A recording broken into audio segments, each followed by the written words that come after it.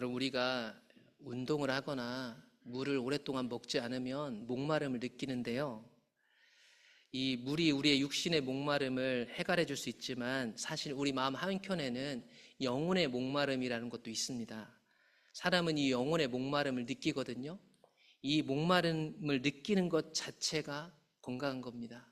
목마른 것은 이상하지 않습니다. 목마른 것을 느끼는 것이 건강한 것입니다. 하나님 백성이었습니다. 하나의 하나님 백성 이스라엘이 두 개의 나라로 갈라졌습니다. 더 잘 하나님 믿으려고 했던 건 아니고 그들이 하나님을 떠남으로 인해서 그들이 나누어지게 됐습니다. 그러니까 이것은 경고입니다. 나누어지면서 북쪽에 10개 가문이 힘을 합쳐 이스라엘이라는 이름을 가지고 북쪽에 위치하였으며 단 2개 가문만 힘을 합쳐 유다라는 나라가 되었습니다. 그래서 같은 여호와 하나님을 믿는데 북쪽에는 이스라엘, 남쪽에는 유다 백성이 된 것입니다.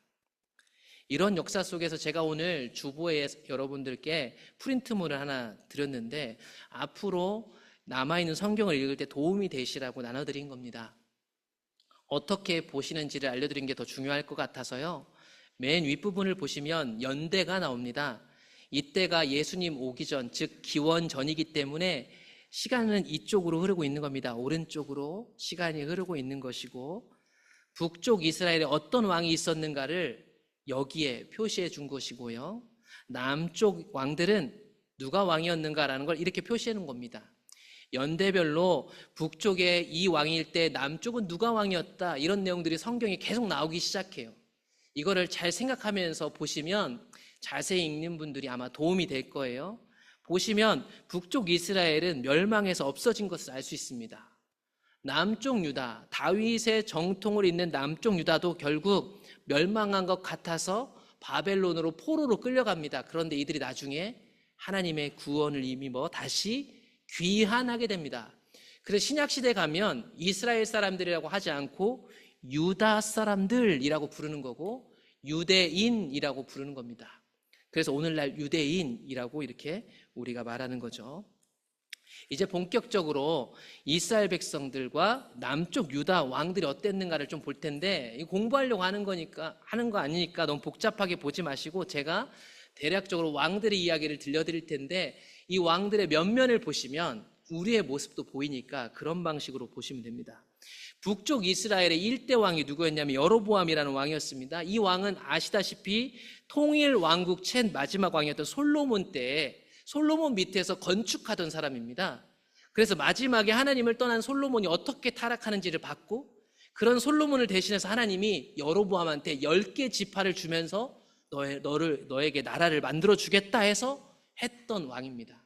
그런데 이 왕이 어떻게 했죠? 금송아지 만들어가지고 하나님을 이 금송아지로 만들어서 우상 숭배하는 나라로 만들었던 왕이 이 1대 왕입니다. 이 1대 왕이 됐으니 이 사람은 계속해서 왕위를 이어가야 되는데 자기 왕위를 이어갈 아들이 중병에 들게 되었습니다. 그래서 이 사람이요, 자기 아내 왕비를 변장시켜가지고 자기가 왕이 될 것을 선포했던 하나님이 보낸 선지자 아이야에게 이 아들이 어떻게 될지 알아보려고 보내게 됩니다. 그래서 선지자 아이야가 하나님의 말씀을 들려줍니다. 변장했지만 이 온 사람이 누군 줄 알았어요. 그래서 이 여로보암 가문에 대해서 얘기하기를 나라를 다윗의 집에서 찢어서 북쪽 이스라엘 만들어서 여로보암 너한테 주었는데 너가 다윗 왕처럼 신실하지 않구나. 이전에 나쁜 왕들도 많이 있었고 문제 있는 지도자들 많았지만 너가 더 악하다라고 평가합니다. 그건 뭐냐? 금송아지 만들어서 우상 숭배하게 만들어서 하나님을 이스라엘 백성으로부터 등지게 만들었다. 이게 여로보암에 대한 하나님의 말씀이었습니다. 그래서 하나님이 이 여로보암으로 시작됐던 이 왕조를 멸망시키겠다 이렇게 예고합니다. 그러면서 결국 자기 다음에 아들이 왕이 돼야 되는데 이 아비야가 죽게 됩니다. 하나님의 사인이죠. 너희 왕조는 결국 멸망하게 될 것이다. 한편 이런 상황에서 남쪽에는 누가 왕이었는가? 르호보암이라는 사람이 왕이었습니다. 그래서 보시면 좀 확대해서 보면 여로보암이라는 사람이 여기 왕일 때 남쪽에 르호보암이라는 사람이 왕이었는데 이분은 41세 왕이 돼가지고 17년을 다스렸다라고 나와요. 솔로몬 말년에 하나님이 나라 뺏길 것을 말씀하셨고 구체적으로 나라를 빼앗기고 두동강 만든 사람이 누구냐면 솔로몬의 아들인 여기 나오는 르호보암이라는 왕입니다. 그래서 이 사람요, 우리가 지난번에 봤잖아요. 잘못된 선택을 해서 나라가 두동강이 났어요. 그런데 이 남쪽 유다, 르호보암이 좀 달랐던 점들, 남쪽 유다가 좀 달랐던 점들이 있습니다. 오늘 이 르호보암에 대한 내용은 우리가 읽고 있는 열왕기 상에만 나오는 게 아니고 나중에 역대 상하도 보면 나와요. 거기서 그 부분, 이 르호보암에게 해당되는 부분을 제가 가져왔는데, 르호보암이 왕일 때 어떤 일이 벌어졌냐면 북쪽 이스라엘에서 살고 있었던 제사장들, 레위 사람들, 즉 하나님께 예배하는데 예배를 주관하고 제사를 주관하는 이 사람들이 북쪽에서 남쪽으로 내려오기 시작했습니다. 왜 그랬는가? 이 제사를, 하나님께 드리는 제사를 주관하도록 선택받은 레위 사람들이 자기들이 살고 있었던 북쪽을 떠나왔는데, 이것은 일대왕이었던 북쪽 이스라엘 여로보암과 그의 아들들이 그들을 해임하고 여호와께 제사장의 직분을 행하지 못하겠더라. 제대로 된 제사를 주관하지 못하게 하고 뭐 했어요? 금송아지 만들고 여러 우상들 섬기게 만들었더라. 게다가 제사장은 아무나 하는 게 아닌데 금송아지 만들어 놓고 이게 하나님이다 해놓고서는 자기 마음대로 제사장을 세웠기 때문에 이것을 두고 볼 수 없었던 북쪽에 살고 있던 신실한 사람들이 남쪽으로 피나는 겁니다. 그래서 역대하 11장 16절에 보면 이때 그 성전에서 제사 드리는 레위 지파만 온 게 아니고 누가 따라왔냐면 마음을 결심을 하고 이스라엘의 하나님 여호와를 찾는 자들이 레위 사람들을 따라 밑으로 내려와서 하나님의 성전에서 예배하려고 내려왔더라. 그렇게 여러분, 남쪽 유다 왕이 뭐 더 잘해서가 아니고 하나님을 신실하게 찾는 사람들이 성전에서 금송아지 말고 진짜 하나님 예배하고 싶어서 남쪽에 몰려들었더니 어떤 일이 벌어졌는가? 르호보암이 왕으로 3년 동안 다스린 초창기에 그들과 함께 하나님 뜻대로 행했더니 강한 나라가 됐더라. 이게 그 비밀이었습니다. 그런데 문제는 뭐냐면 이게 이런 부흥이 말이죠, 길지 않았다는 거예요. 이런 좋은 일이 길게 일어나지 않고 과거의 이야기가 됐습니다. 여러분, 우리 예수님 믿고 변화된 삶을 사는데요, 이게 옛날 이야기가 되면요 아무 소용이 없어요. 나 옛날에 신앙 잘했잖아, 나 옛날에 이렇게까지 하나님 따라갔어, 이런 얘기는요 아무 능력이 없어요. 과거에 그런 영광이 있으시다면 그것이 여러분 연세에 맞게, 신앙 연조에 맞게 현재의 능력이 되는 것이 중요하지, 그저 과거의 영광으로 머물면 의미가 없습니다. 그랬기 때문에 르호보암이 하나님 찾는 사람들과 함께 이 나라가 강성해 자랐지만 마지막에 이 유다도 어떻게 됐는가? 이 남쪽 유다도 하나님 보시기에 악을 행하였더라. 유다 백성도 이스라엘처럼 되더라. 이스라엘 백성들처럼 우상 숭배를 하더라, 북쪽처럼. 그러다 보니 그들에게 각종 오만방자한 일들이 벌어집니다. 남색하는 자, 동성애하는 자들이 막 일어나기 시작하고, 여호와께서 그 땅을 주실 때 원래 있었던 원주민들이 그렇게 살았는데, 악하게 살았는데 그 쫓아낸 백성처럼 똑같이 되었더라. 예전에 쫓아냈죠. 400년 전에 쫓아낸 그들과 같이 되었더라. 그들이 하나님 백성임에도 불구하고 마음속에 하나님을 떠난 겁니다. 하나님 말씀이 그들 가운데 없었던 거죠. 그래서 잠언이라는 성경은 이렇게 얘기합니다. 이 묵시, 율법은 같은 것을 가리킨다고 볼 수 있어요. 하나님 말씀이 사람 마음에 없으면 백성들이 자기 소견에 따라서 방자히 행한다. 내가 좋은 게 좋은 거다라는 마음으로 마음껏 자기 마음대로 삽니다. 그런데 하나님 말씀대로 사는 사람이 복 있는 사람이다. 여러분, 예수를 믿고 교회를 다니는데 세상 사람들하고 똑같은 방식으로 살아간다는 것은요 하나님을 떠났다는 증거입니다. 오늘 예배를 나오시고 헌금을 하셔도 세상 사람들처럼 자기 소견에 따라 산다면 하나님을 떠난 거라는 거예요. 하나님 말씀이 마음에 없으니까, 마음속에 주님이 없으니까 자기 뜻에 따라서 방자히 행했고, 그것이 남쪽 유다의 백성들에게 고스란히 나타났더라. 그리고 강성했던 그 나라가 남북 간에 끊임없이 전쟁하는 일들이 멈추지 않았더라, 이렇게 얘기를 합니다. 그러면서 남쪽 르호보암 왕이 가고 그의 아들 아비암이 유다의 왕이 되었는데, 남유다 두 번째 왕이 된 르호보암의 아들 아비암, 나중에 역대하에 가보면 아비야라고 써있는데 같은 인물입니다. 이 사람은 어떤 왕이었을까? 르호보암의 다음인 아비암입니다. 그 사람이 유다의 왕이 됐는데 이분은 단 3년 동안만 다스렸대요. 그런데 아비암이 그의 아버지가 이미 행한 모든 죄를 행했습니다. 아버지가 말년에 행했던 그 죄의 길을 똑같이 가고 있었다는 거예요. 그들에게 하나님이 항상 왕이 되면 모범이 될 모델을 알려주셨는데 다윗이었는데 다윗과 같지 아니하였더라. 하나님 앞에서 온전하지 못했다. 그런데 온전하지 못했는데 그의 하나님 여호와께서 그의 조상인 다윗을 위해서 예루살렘에서 그에게 등불을 주시되 그의 아들을 세워 뒤를 잇게 하사 예루살렘을 견고하게 하셨다. 이게 뭐냐면요, 아까 북쪽 이스라엘 본 것처럼 하나님을 떠나면 이 왕위가 길 수 없거든요. 마찬가지 아버지 때도 그랬고 이 아들 아비암 때도 남유다가 이스라엘 북쪽하고 똑같이 되면 사실 이 왕조가 갈 수 없거든요. 그런데도 불구하고 하나님이 이 왕조를 지켜주셨대요. 그래서 아들이 태어났다는 거예요. 이게 무슨 말인가? 그럼 가만히 있어도 그냥 하나님이 알아서 도와주신다는 얘기인가? 그 이야기가 뒤에 역대하에 자세히 나오니까 제가 그 부분을 말하겠습니다. 아무튼 아버지 때부터 북쪽 여로보암과 남쪽 르호보암 왕은 전쟁이 있었어요. 아들 아비암이 3년 다스렸는데 이 사람도 계속 북쪽의 여로보암하고 전쟁 가운데 있었습니다. 그렇다면 앞서 본 것처럼 이렇게 하나님을 떠났는데 왜 하나님이 다윗과 하신 약속을 기억해 주셨을까? 그 이야기가 역대하 13장에 가보면 아주 자세하게 나와 있습니다. 남쪽 유다가 북쪽 이스라엘처럼 아주 약하기도 하고 추하기도 하고 문제가 많았지만 하나님을 의지해서 돌아가니까 이런 일들이 벌어져요. 역대하 13장에 가보면 앞에 본 것처럼 남쪽 유다하고 북쪽 이스라엘하고 전쟁이 있었더라 얘기가 나옵니다. 3년 동안 전쟁을 한 거죠. 여기서는 아비암이 아니라 아비야라고 이름을 기록했습니다. 같은 사람입니다. 북쪽하고 싸우는데 어느 날 군사 대결을 하는데 싸움을 하는데 군인들을 모았는데 남쪽 유다는 40만 명, 북쪽 이스라엘은 80만 명. 여러분 2배 차이가 납니다. 그 당시에는 무기가 좋았던 것도 아니고 당연히 사람 싸움이잖아요. 2배 싸움이니까 남쪽 유다 아비야가 이길 가능성이 적어요.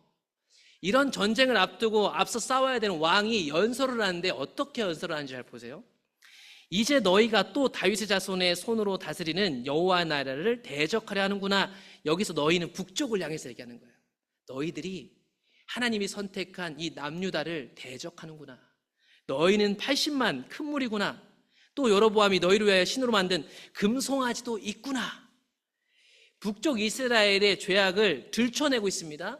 하나님 백성을 대적하는 북이스라엘 악함, 그들이 의지하고 있는 큰 숫자, 그리고 하나님을 금송아지로 만들어서 그들이 이용하고 있었던 종교심까지 고발하고 있어요. 너희가 아론 자손인 여호와의 제사장들과 레위 사람을 쫓아내서 지금 남쪽으로 와 있죠. 이방 백성들의 풍속을 따라 제사장을 삼지 아니하였느냐. 누구를 막론하고 어린 수송아지 몇 마리 갖고 돈 좀 내면 다 제사장 만들었던 여로보암의 죄를 다 들추어냅니다. 그러면서 남쪽 유다는 다르다고 얘기합니다. 우리에게는 여호와 하나님이 우리 하나님이다. 너희들이 금송아지로 전락시킨 그 하나님을 하나님이라고 하는데 아니야. 우리는 여호와를, 성경이 말하고 있는 그 하나님을 우리의 하나님으로 믿는다라고 얘기합니다.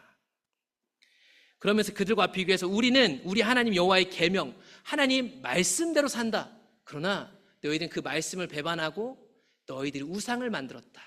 그 얘기를 하고 있습니다. 그러니까요, 지금 이 아비야가요, 전쟁을 맞이하면서요, 이 위기 속에서요, 그동안 잘못 살아왔을지 모르겠지만 진심으로 하나님의 도우심을 구하게 되는 거예요. 지금 이 순간만큼은 진실입니다. 회개하는 거예요. 믿음으로 살겠다라고, 너희들과 믿음으로 전쟁하겠다는 얘기입니다. 똑같지 않겠지만 유다는 이 이길 수 없는 싸움 앞에서 하나님께 돌아가는 선택을 합니다. 그래서 하나님이 우리와 함께 하사 우리의 머리가 되신다. 하나님과 함께 우린 전쟁에 나간다. 너희들은 금송아지와 함께 전쟁을 나오는구나. 이스라엘 자손들아, 너희 조상들의 하나님 여호와와 싸우지 말아라. 너희들 아무리 80만 있어도 우리한테 질 것이다.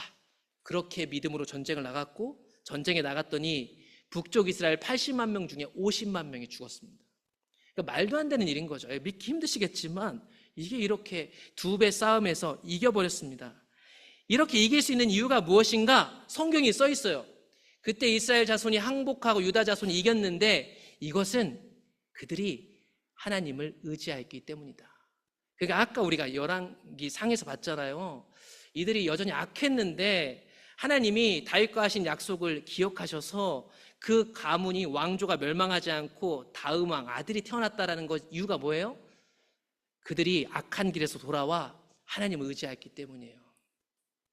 그러니까 여러분 찬송가 교회 오래 다신 분 잘 아실 텐데 254장의 내주의 보혈을 보시면 2절에 이렇게 나와요. 약하고 추해도 주께로 나가면 힘주시고 내 추함을 곧 씻어주신다. 내가 주께로 지금 가오니 십자가의 보혈로 날 씻어주소서. 의로운 우리는요, 저런 왕 보면 사람이 왜 이렇게 바뀌어 얘기할지 모르겠지만 사람이 아프고 힘든 가운데 그 고통 속에서 자신의 추함을 인정하고 거룩하신 하나님께 나가면 하나님 어떻게 해요? 씻어주시고 응답해 주시는 분이라는 것을 오늘 말씀이 알려주고 그걸 반영해서 찬송가도 있는 거예요. 그래서 아비암의 아들인 아사라는 왕이 태어나가지고 3대 왕이 되는데 이 사람이 대대적인 신앙개혁을 이뤄냅니다. 남쪽 유다에. 아사가 왕이 돼서 41년을 다스렸는데요. 이분이 아사가 그의 조상 다윗같이 여호와 보시기에 정직하게 행했다. 여러분 다윗이 모델이라고 했잖아요. 왕의 모델. 하나님이 세우신 왕은 어떻게 다스려하는가 모델이 다윗인데 다윗과 같은 왕이 나타난 겁니다. 타락한 그 세대 가운데 그들이 말년 3년 다스린 그의 아버지가 회개하고 전쟁을 이기면서 아들을 낳았는데 이 아들이 남유다를 회개하고 새롭게 하는 왕이 되었더라. 그래서 그들 가운데 있었던 남색하는 자, 우상들을 다 없애기 시작했습니다. 대대적인 신앙 개혁을 하기 시작한 겁니다. 이거는 단순히 여러분 제도 개편, 조직 개편이 아닙니다. 이때의 신앙 개혁이 무엇인지 역대하 14장에도 나와 있는데 자세히 나와 있어요. 그 아사가 무슨 일을 했냐면 유다 백성들에게 명령해서 그들의 하나님, 조상들의 하나님 여호와를 찾게 했다. 여러분 하나님 눈에 안 보이잖아요. 그분을 찾고 구하겠단 말이에요. 마음으로 하나님 백성들에게 야 하나님께 돌아가야 된다 라고 찾게 했고 그 하나님께 돌아가기 위해서 그들에게 있었던 말씀대로 살도록 했다. 그랬더니 어떤 일이 벌어졌는가? 그들이 평안했더라. 여호와께서 아사에게 평안을 주셨으므로 그 땅이 평안하여 여러 해 싸움이 없었더라. 하나님이 함께 하시는 복을 아사를 통해서 누리게 됐습니다. 아사는 이 평안의 이유를 알았기 때문에 자기 백성들에게 알려줍니다. 이게 우리가 열심히 해서 아사가 리더십이 있고 능력이 있어서가 아니고 우리 하나님 여호와를 찾음으로 이 땅이 아직 우리 앞에 있나니 우리가 이 성읍들을 건축하고 그 주에 성곽과 망대와 문과 빗장을 만들자. 우리가 주를 찾았으므로 주께서 우리 사방에 평안을 주신 것이다. 여러분 다른 사람 핑계 대지 마세요. 리더 핑계 대지 마세요. 사람들이 하나님을 찾으면 하나님이 평강을 주신다. 그런데 또 나오는데요. 여러분 끝까지 충실하기가 어려운 것 같아요. 이 대대적인 왕이요 말년에 사고를 치기 시작합니다. 여러분 이런 거 보면서 어떤 사람 얘기합니다. 사람 다 똑같네. 어차피 변할 텐데 나도 그렇게 살아야지. 그러려고 이 말씀을 주신 게 아닐 거 아니에요. 사람들이 끝까지 한결같기가 어렵다. 이런 말씀 우리에게 읽혀주시는 건 뭐죠? 여러분 끝까지 믿음을 지키셔야 된다는 얘기예요. 끝날 때까지 끝난 게 아니에요. 이 아사왕에 대해서 역대하 16장이 마지막 내용을 잘 기록해 줍니다. 이 아사왕이 아까 41년 다스렸다고 했잖아요. 한 5년 정도 남았을 때요. 또 이스라엘, 북쪽 이스라엘하고 전쟁이 나기 시작합니다.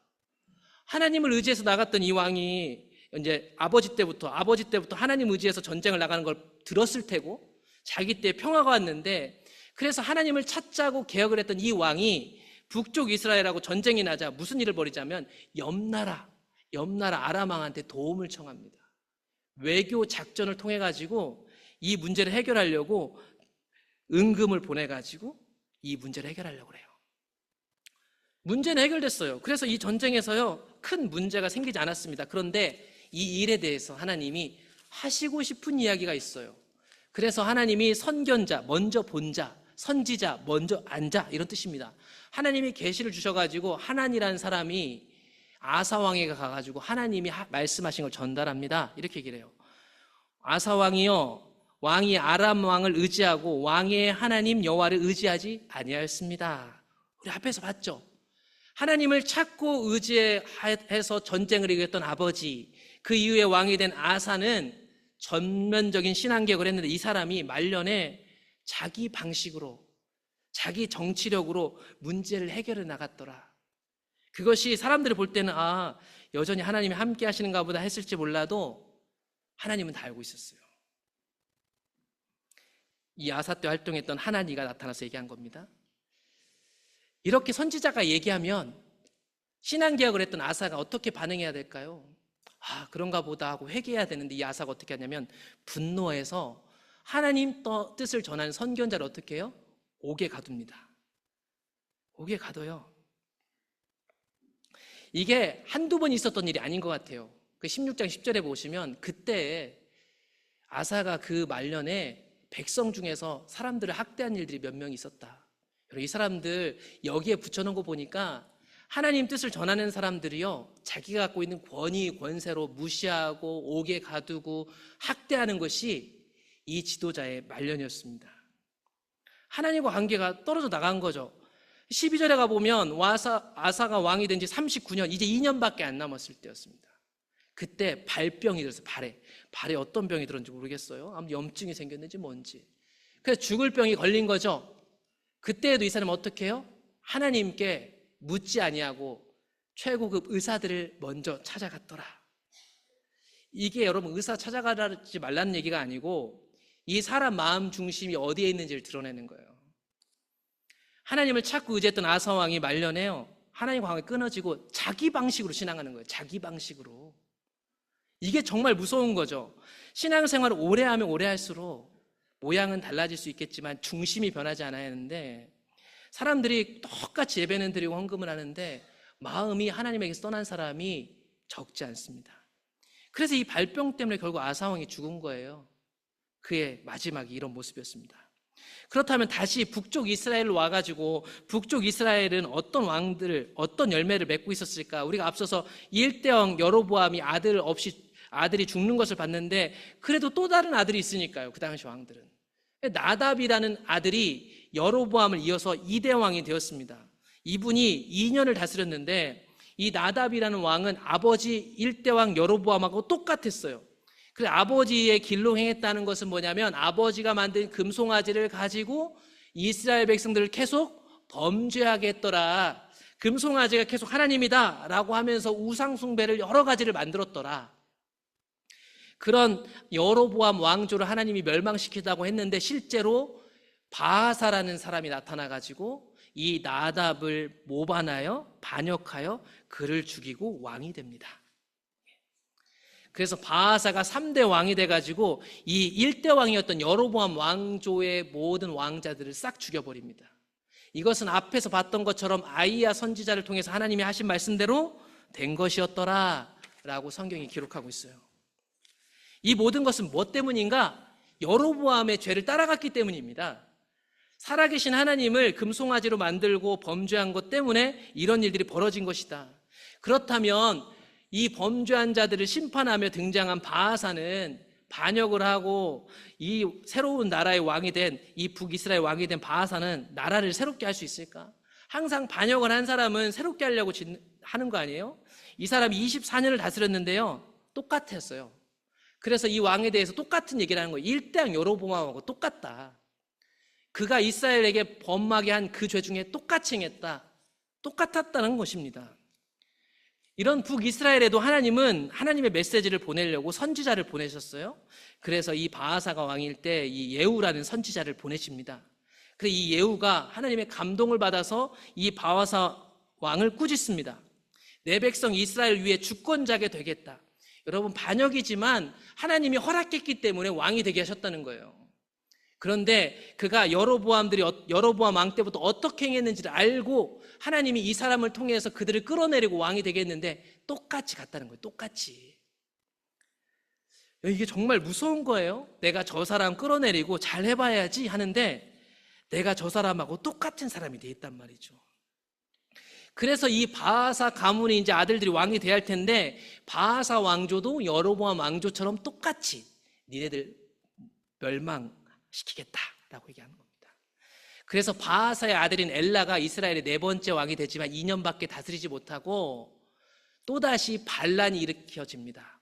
엘라 밑에 있었던 이 시물이라는 지휘관이 일어나가지고 또 반역을 해서 이 바하사의 아들 엘라를 죽이고 대신 왕이 됩니다. 이게 북쪽 이스라엘 역사예요. 계속 반란을 일으키죠. 그가 바하사 왕조를 몰락시킵니다.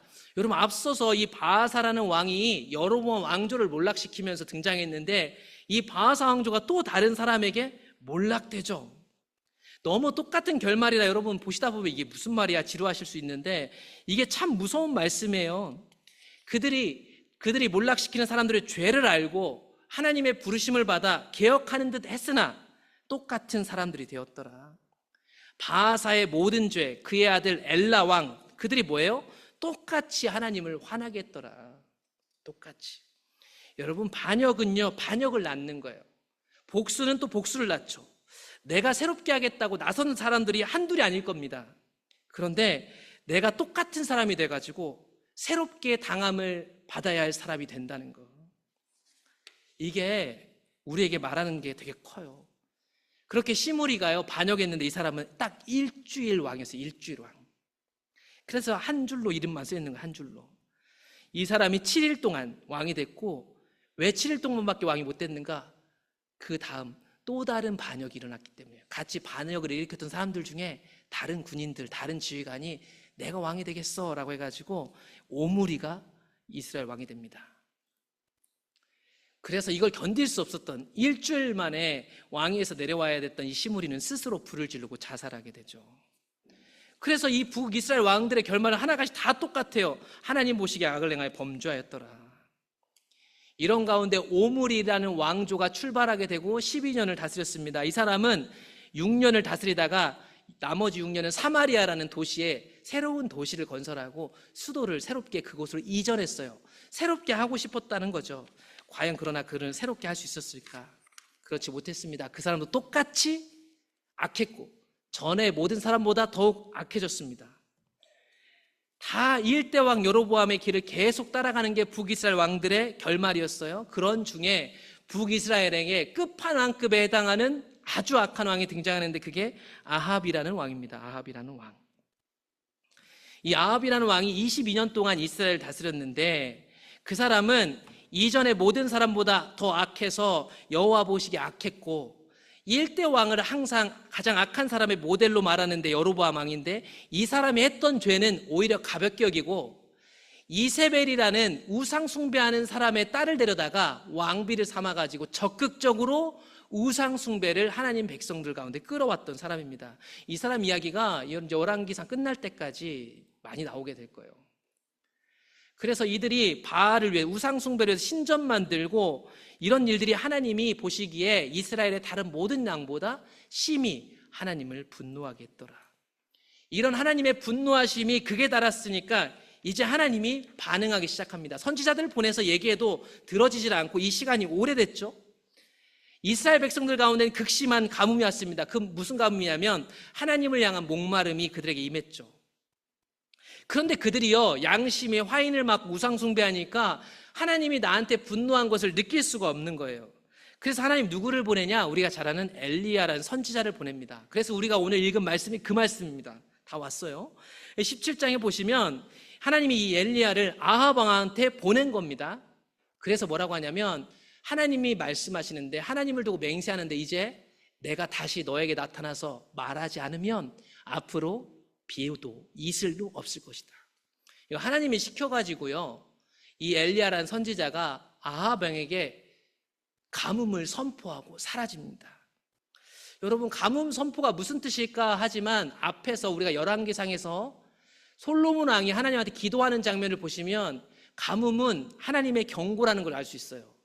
솔로몬이 이렇게 기도하죠. 하나님한테, 하나님, 우리가 하나님께 범죄함으로 비가 내리지 않는 벌을 받는다면, 그때 이 벌을 받으면서 깨닫고 하나님께 돌아와 기도하면 용서해 주세요 라고 했던 게 솔로몬의 기도입니다. 그러니까 지금 비가 없을 거라는 하나님의 메시지는 뭐예요? 이들이 범죄했다는 거예요. 그들이 우상 숭배하면서도 자기가 우상 숭배한지를 몰라요. 그런데 비가 내리지 않게 함으로 이들이 범죄했다는 것을 하나님이 직접적으로 알려줬어요. 그러면 뭐 해야 되냐면 그들이 그들의 죄에서 떠나서 회개해야 됩니다. 근데 그들이 회개하지 않았죠. 이렇게 하나님의 경고문만을 남긴 채 엘리야를 하나님이 숨기십니다. 하나님이 엘리야에게 말해요. 너는 이제부터 숨어야 된다. 하나님이 다시 비 내리겠다 얘기할 때까지 숨어 다녀요. 온 나라가 누구 찾겠어요? 왕이 군인들 시켜가지고 엘리야 찾죠. 그런데 하나님이 숨겨요. 엘리야를 숨겼다는 건 무슨 의미일까요? 하나님이 하나님의 얼굴을 하나님 백성을 향해서 가리셨다는 거예요. 그래서 그들을 이 엘리야를 하나님 숨기시고 저기 시냇가에서 물 먹으면서 까마귀들에게 빵 받아 먹으면서 살게 하셨습니다. 여러분, 이 기근이 오면, 가뭄이 오면 나쁜 사람들만 고통받는 게 아니에요. 이 말씀을 전한 엘리야도 같이 고통당합니다. 그래서 하나님이 숨어있으라는 그곳에 시냇물이 있었는데 그것도 비가 계속 안 내리니까 결국 다 말라버렸어요. 하나님이 도와주셨지만 그것도 끝이 있었단 말입니다. 얼마 후에 그 시내가 말랐죠. 그런데 하나님이 엘리야에게 또 말씀하셨어요. 너 저기 시돈이라는 나라에 사르밧이라는 동네로 가라. 그러면 거기에 남편 없는 과부가 있을 것이다. 그 사람이 너한테 먹을 것을 줄 거야. 그래서 이 말씀을 따라 엘리야가 갑니다. 이 사르밧이라는 곳은요, 저기 위에 있는데 여기 노란색 라인이 하나님 백성들이 사는 곳이니까 지금 여기 다시 표시해드리면 하나님 백성이 아닌 여자입니다. 쉽게 얘기하면 하나님 몰라요. 소문으로 들어서 머리로 알 수 있을지 모르겠지만 하나님을 주인으로 삼지 않는 이방 여자예요. 그곳에 하나님의 명령을 따라서 엘리야가 갔습니다. 하나님 말씀을 따라서 사르밧에 이르렀더니 한 여자를 봤는데 그 여자가 하나님 말씀하신 과부인 걸 한눈에 알아볼 수 있었던 것 같아요.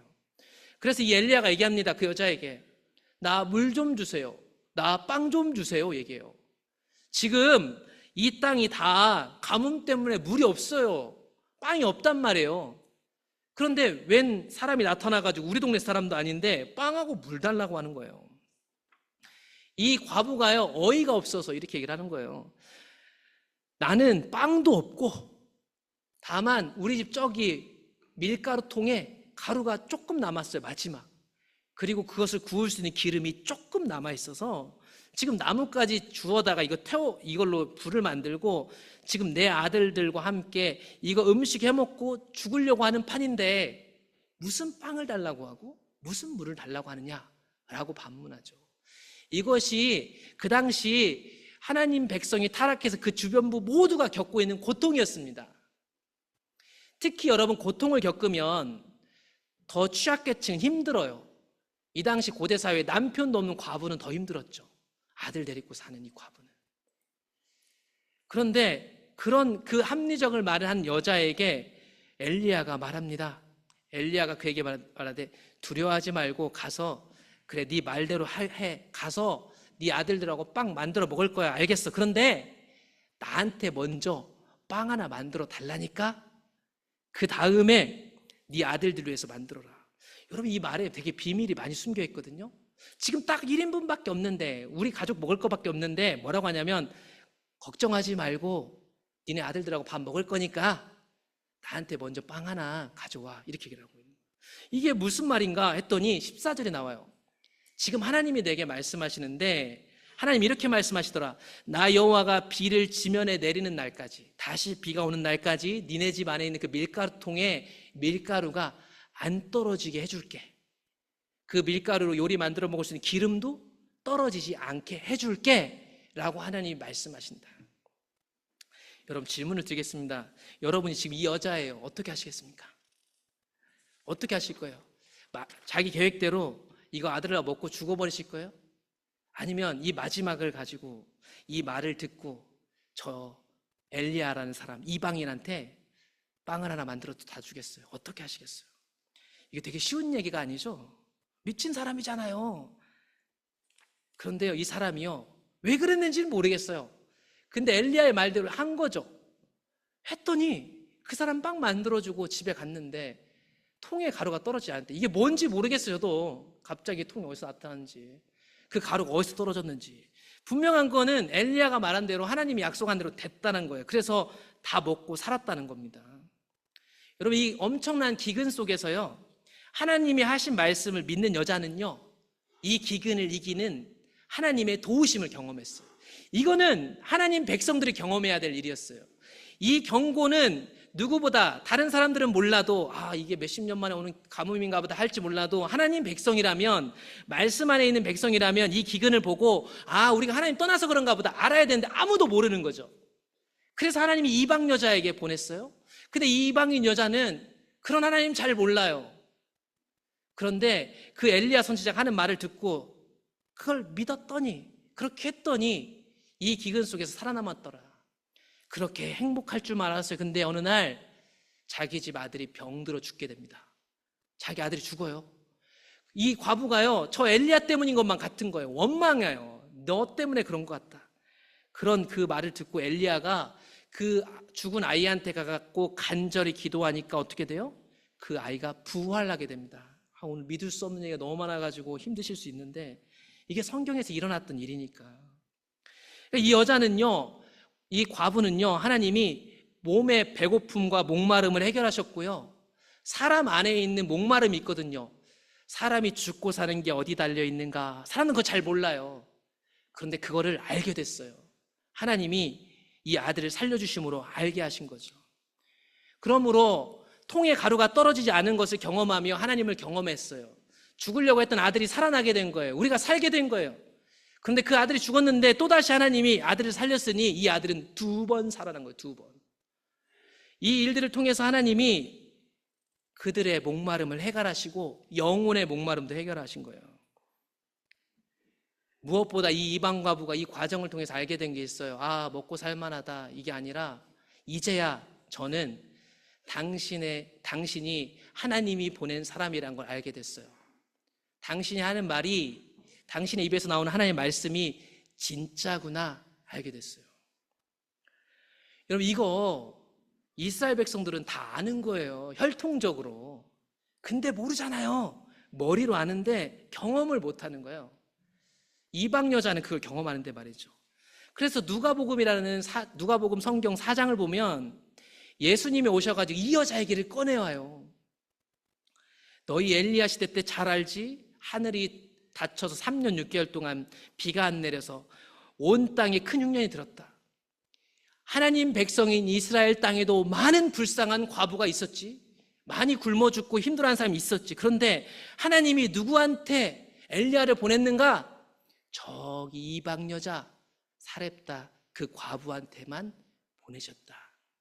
여러분, 이 경고였습니다. 이 경고. 하나님 당연히 도와주시겠지라고 막연히 생각하면 악하게 살아갔던 이스라엘 백성이 아니고, 하나님에 대해서 잘 모르지만 그 하나님을 믿고 의지할 만한 저 이방 사람을 구원해 주심으로 이스라엘 백성들에겐 경고하는 겁니다. 오늘 말씀을 정리하겠습니다. 하나님은요, 목말라 하는 자들을 찾아가고 채워주시는 분이다.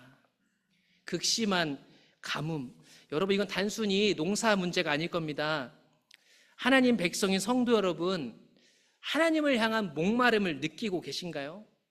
여러분 영혼이 마르고 있음을 감각이 되세요? 여러분, 이 감각이 마비되면 사람들이 엉뚱한 것으로 계속 자기를 채우려고 애를 씁니다. 우상숭배와 그 뒤에 숨은 탐심을 채우느라고 계속 우상숭배하는 거예요. 여러분, 이 감각이 마비된 사람들이요, 여러 사회적 이슈를 가지고 원래 그런 거야, 사람이 다 그런 거지, 그렇게 우리의 문제를 덮어버립니다. 그런 가운데 고통이 가중돼요. 그래서 이 시절 한국교회는 어떤 현실이에요? 큰 기근이 온 것 같아요. 이 한국 사회는 교회가 병들므로 한국 사회 전체에 깊은 목마름이 왔어요. 이 목마름을 느껴야 될 성도들이 교회가 못 느끼니까 세상 사람들 얼마나 더 못 느끼겠어요? 사람들은 얘기합니다. 목사가 왜 그래? 장로가 왜 그래? 권사가 왜 그래? 교회가 타락했구나. 맞아요. 그런데 오늘 우리가 읽었던 이야기 속에 넣어보면 어떻게 하나님이 세우신 왕이 저래? 그런데 그런 말 하기 전에 목마른 자신을 발견하고 그 목마름을 채우시는 하나님께 돌아오라고 얘기하고 있는 거예요. 하나님은 우리의 목마름을 채우시는 하나님이십니다. 영혼의 목마름을 느끼는 사람이 하나님의 사람이지 안 목마른 척 해봤자 그 하나님 사람 아닙니다. 예수님께서는 자기를 통해서 영혼의 목마름을 해결할 거라고 이미 얘기하셨어요. 요한복음 7장에 보면 예수님이 이렇게 얘기했죠. 누구든지 목마른 사람은 나한테 와서 마시라. 예수님 얘기합니다. 이거 물 얘기가 아니었어요. 물 얘기를 통해서 한 얘기였어요. 예수님을 믿는 자는 성경에서 말하는 것처럼 그 사람 배에서 생명수가 흘러나올 것이다. 되게 이상한 말 같지만 이 생명수의 강이 뭔지 얘기합니다. 이것은 예수님을 믿는 자들이 받을 성령을 가리켜서 말씀하신 것이다. 예수님 믿는 사람 가운데 하나님이 그 안에 성령으로 거하신다. 그러므로 예수님을 믿는 사람들은 자신 안에 이미 생명수를 갖고 있다.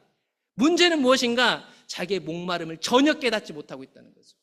자기가 얼마나 아프고 목마르고 배고픈지를 모르니까 세상의 것들로 자기를 채우면서 끊임없이 왜 내가 행복하지 않을까? 왜 내가 평안하지 않지? 그게 오늘날 현실인 거예요. 사랑하는 성도 여러분, 감각이 마비된 겁니다. 여러분 목마름을 느끼셔야 됩니다.